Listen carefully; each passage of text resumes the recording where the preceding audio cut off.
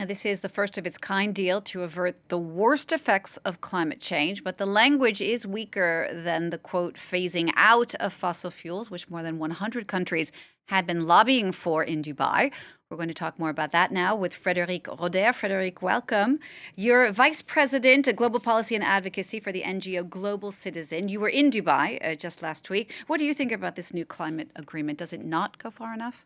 It does not go far enough. It is progress, that's for sure. It's a step in the right direction, but it's not the big leap that we need, and that was possible because we followed the negotiations and much stronger wording was on the table. And as you said, we had more than 2/3 of all countries backing very clear language to phase out fossil fuels. And this is the way to go. So the text does not refer clearly to this phasing out, but for the first time in 30 years of climate talk history, it does for the first time mention fossil fuels. Is that a big victory unto itself? It is, definitely. We needed to have fossil fuels in there because what we realized is that just focusing on cutting emissions, that is the demand, is not sufficient. We also need to cut production, the supply of fossil fuels. So it's very important that fossil fuels, the main driver of climate change, are now specifically mentioned. However, they came up with this transitioning away. I would say it's the start of, or it's the beginning of the end of fossil fuels, so that's important. But it would have been better to give a clear direction because, of course, what we need is urgent action now. The objective is actually to get to net zero in 2050. It seems far away, but it actually starts now. And so what we must ensure now is that production goes down and not up. Unfortunately, the agreement doesn't provide enough clarity for that. But we're counting on all of these countries, so more than 130 countries that were very clear, that agreed with science, that said we need to phase out fossil fuels, because now we need to obviously move to implementation, and this is where their steer would be very important. You've also said that now the door is left wide open for carbon capture technology, which, in your words, is a total mirage. Tell me about that. Yes, this is another weakness of the text. It actually leaves loopholes and distractions away from the main objective that needs to be phased out of fossil fuels. And one is the carbon capture technology. This technology, first of all, is extremely expensive. It's not effective yet, and it will only have marginal impact. So it shouldn't look as if, thanks to that technology, we can basically go about our business as usual. We cannot. We must reduce and eventually phase out the production of fossil fuels. And this is where the text is not sufficiently clear. I also want to say this technology is extremely expensive, and this is even more the mention of it or the place, the room given in the agreement is more the shocking because we lack funding for renewable investments, and we also lack funding, for instance, for adaptation. You mentioned the small island nations. They urgently need more support. In recent years, actually, funding for adaptation decreased. So we cannot talk about expensive technology that is probably just getting us off the track. We need to invest the money where we really need it. That's interesting because I think for many countries, this notion of carbon capture technology is actually something that speaks to many of them, and that's something that they would like to go toward. That's interesting to get your point of view. Now, you were at the climate talks in Dubai. What's it like there? How do the different committees go about hammering out these kinds of deals, and where are the problems? It's very busy. It's a UN negotiation, so all the countries are there, which is very important, I think. It's important that there's an inclusive process, that countries like the small island nations or very poor countries are actually being heard, which is not the case if we look at negotiations at the G20, for instance. So that's important.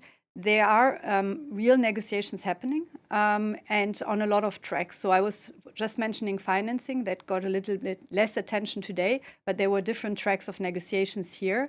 And I think what is also important that civil society is there. Friederike, I'm just going to jump in because John Kerry is speaking in Dubai. Let's listen to what he has to say, and we'll come back to you just after. 2.5 years ago, and I met in Shanghai in the middle and even early stages of COVID in order to try to re-energize the bilateral engagement to address the climate crisis during this critical decade. In Glasgow, with a great deal of back and forth in the weeks leading up and months leading up, we agreed to take concrete mitigation actions in parallel and to establish a working group to carry out pragmatic cooperation. Most recently, we released the Sunnylands Statement, which addressed both of the national actions of the two countries, such as agreement to accelerate renewables deployment to substitute for fossil fuels, and the elements that we both considered we should be included in the global stocktake here in Dubai. We both hope and are pleased that we think our joint work not only advanced our respective national efforts, but also reflected at the COP in many ways throughout the creating of momentum and providing substantive ideas. And indeed, we met periodically throughout the time here in order to try to make sure that we both felt we could come up with an agreement that could be supported broadly. In the case of COP28, the contribution included, among other things, our agreement to submit 2035 national determined contributions that are economy-wide and cover all greenhouse gases, which is critical to getting the kind of mitigation effort we need in the future. And also we wanted to encourage others to do the same thing. The Paris Agreement and the Global Stocktake both stress the importance of developing and updating long-term strategies in order to reduce emissions and enhance resilience. 2 years ago, the United States and China agreed to both submit updates to our long-term strategies by the Glasgow COP. We did exactly that, and today we are announcing our mutual intention to again revisit and update long-term strategies going forward. So we just wanted to highlight that, and I wanted a chance to thank Xie Zhenhua for the efforts we've made together. Thank you.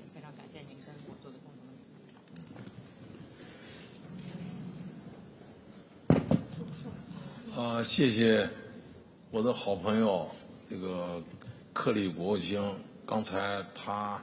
We were just listening a moment ago to the U.S. climate envoy, John Kerry, speaking there in Dubai, talking about long-term strategies that the U.S. is trying to negotiate with the UN and China. I've got Friederike Roder on the set with me as well. Thank you so much, Friederike, for staying with us. When you hear John Kerry talk about these long-term strategies, particularly with major polluters like China, what do you think?